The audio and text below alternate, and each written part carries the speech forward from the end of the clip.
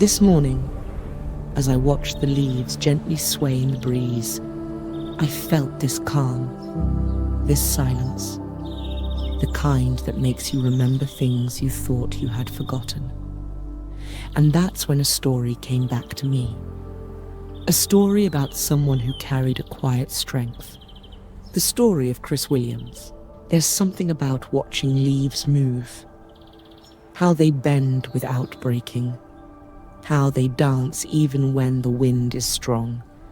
It reminded me so much of Chris, because Chris's life was full of storms, days when everything felt too heavy, and nights when the world felt too cold.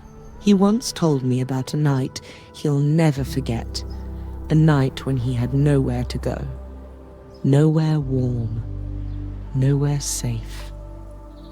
So he locked himself inside a public bathroom, a place no one should ever have to call home.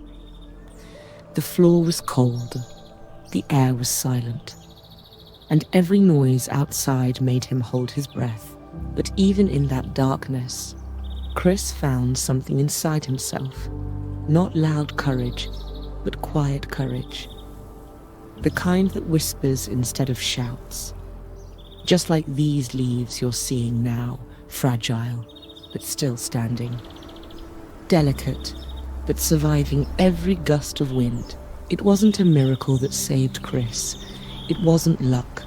It was him choosing to keep going, even when nothing around him felt hopeful.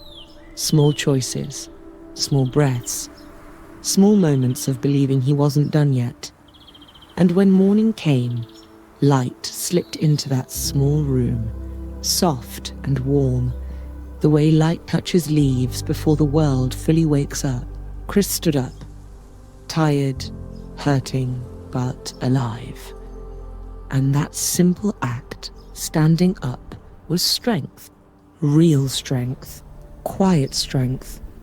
So if you're watching these leaves moving, if life feels heavy for you, remember this. Strength doesn't always roar. Sometimes it trembles. Sometimes it survives the night in silence. Sometimes it's just holding on a little longer, just like Chris did. So tell me, which part of Chris's story reached you today? If this message touched your heart, share it with someone who needs to feel a little hope. Leave a like, subscribe, and we'll meet again in the next story.